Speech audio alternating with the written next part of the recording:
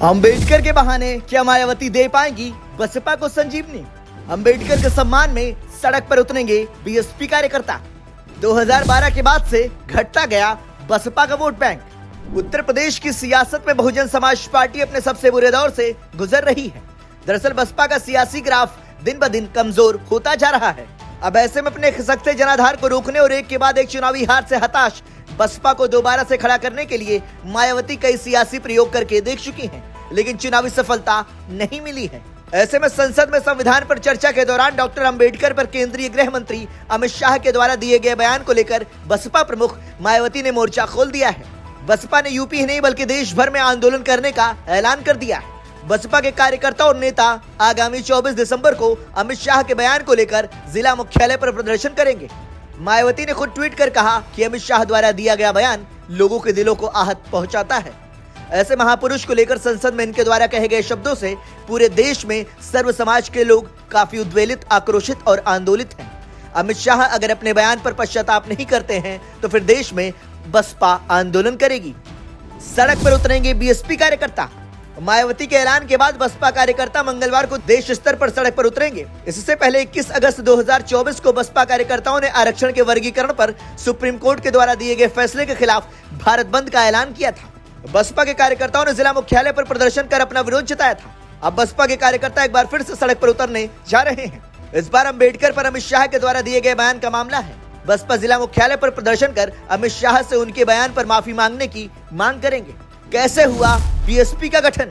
आपको बता दें कि 80 के दशक में कांशी राम ने डॉक्टर अंबेडकर के विचारों को लेकर दलित समुदाय के बीच शासन और सत्ता में भागीदारी के लिए बहुजन समाज पार्टी का गठन किया था। इस तरह कांशी राम ने दलित समाज के हक और हकूक के लिए पहले DS4 और इसके बाद साल 1984 में बहुजन समाज पार्टी का गठन किया। बसपा ने यूपी की राजनीति में अपनी एक अलग छाप छोड़ी, जिसके सहारे मायावती 4 बार सूबे की मुख्यमंत्री बनी। आपको बता दें कि दलितों के लिए डॉक्टर अंबेडकर किसी भगवान से कम नहीं है। ऐसे में अमित शाह के द्वारा दिए गए बयान को सियासी आधार बनाकर अंबेडकर के सम्मान की लड़ाई लड़ने के लिए बसपा सड़क पर उतर रही है। बसपा की राजनीति देखें तो सड़क पर उतरकर संघर्ष करने और आंदोलन से वो दूर रही है। बसपा प्रमुख मायावती मीडिया में बयान देकर ही अपना विरोध दर्ज कराती रही है, लेकिन बदले हुए दौर में बसपा के लिए सड़क पर उतरना सियासी मजबूरी बन गई है। दलित मुद्दों पर आजाद समाज पार्टी के संस्थापक और नगीना से सांसद चंद्रशेखर आजाद जिस आक्रामक तरीके से आंदोलन कर रहे हैं, उसके जरिए वो दलित समुदाय के बीच अपनी सियासी जगह बनाते नजर आ रहे हैं।